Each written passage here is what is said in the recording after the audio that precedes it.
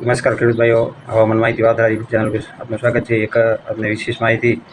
એક અરબી સમુદ્રમાં એક ભયંકર ચક્રવાત ઊભું થવાની શક્યતા દેખાઈ રહી છે અત્યારે, અને એ હજી એનો ટ્રેક કઈ બાજુ જશે, એનું શું નામ આપવામાં આવશે, પણ વાવાઝોડું ઉદ્ભવવાનું છે તો લગભગ શક્યતા છે. અને એ 7-8 તારીખ આસપાસ એ વાવાઝોડોની લો પ્રેશરની શરૂઆત થશે. તેમાંથી ધીરે ધીરે એ ઉત્તર દિશામાં અત્યારે તો જાય એવી શક્યતા છે. પાકિસ્તાન બાજુ જાય, ઓમાન તરફે પણ જાય. અત્યારે એનો કોઈ ટ્રેક નક્કી થાય જ્યારે એ ડિપ્રેશન ને પછી ડીપ ડિપ્રેશનમાંથી અને પછી સાયક્લોન બને એવી શક્યતા છે.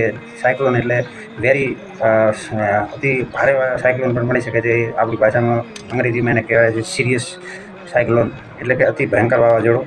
એ પણ બની શકે છે. વાવાઝોડું પણ બની શકે છે. પણ લગભગ મોટા ભાગે જોવા જઈએ તો આ જે 10મો મહિનો છે, ઓક્ટોબર એ મહિનામાં ગુજરાતમાં વાવાઝોડું આવતો નથી. એનું કારણ છે કે થોડા શિયાળુ પવનની અસર થવા લાગે છે, એટલે વાવાઝોડું હજી સુધી આપણા વિસ્તારમાં ક્યારે આવ્યું એવું મેં હમણાં તો કંઈ સાંભળ્યું નથી. પણ અગાઉ કોઈ આવેલું હોય તો એનો ઇતિહાસ હશે.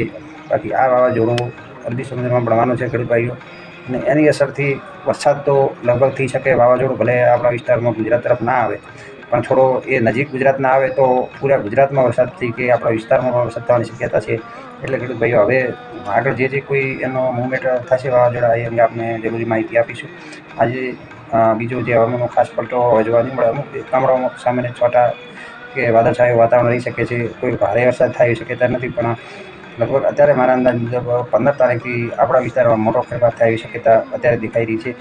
15થી કહી અને 16, 17 અને 18 તારીખ સુધી જરૂર વાવાઝોડું તો નહીં આવે એ શક્યતા ઓછી છે, પણ કદાચ એનો ટ્રેક બદલે અને એનો પવન અને એ ગતિ અને જે બાજુ જાય છે, દરિયાનું ટેમ્પરેચર કેટલું છે, એના ઉપર બધા હવામાન શાસ્ત્રીઓ છે, આપણી હવામાન વિભાગ છે, એનો અંદાજ લગાવતા હોય છે. મોડલો પણ એના તારણ મુજબ જે બતાવતા હોય છે એનો ટ્રેક. એટલે અત્યારે નોર્મલ તાપમાન હોય દરિયાનું, જે સામાન્ય તાપમાન, એના કરતાં તાપમાન થોડું વધારે હોય તો ચક્રવાત સર્જાતું હોય છે. હંમેશા આ ઓક્ટોબર મહિનો, નવેમ્બર, ઓક્ટોબર અને મે, જૂનમાં વાવાઝોડા સર્જાતા હોય છે. એનું કારણ છે કે થોડું ટેમ્પરેચર દરિયામાં વધતું હોય છે, એના લીધે આ વાવાઝોડા સર્જાતા હોય છે.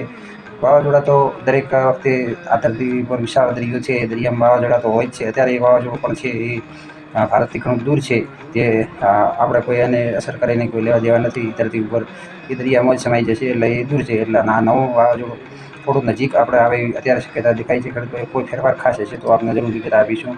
જય જવાન, જય કિસાન. આપનું કામ રાબેતા મુજબ ચાલુ રાખો ખેતીનું. એ બાકી તો ભગવાનના હાથમાં છે જે કરવું હોય. પણ તમે ખેતીનું જે અત્યારે વાટવાનું કામ છે એ ચાલુ રાખી શકો છો. એ અત્યારે આપણે બંધ કરીએ ને કે હવે વાવણ બગડશે, એ રાહ ન જોવાય.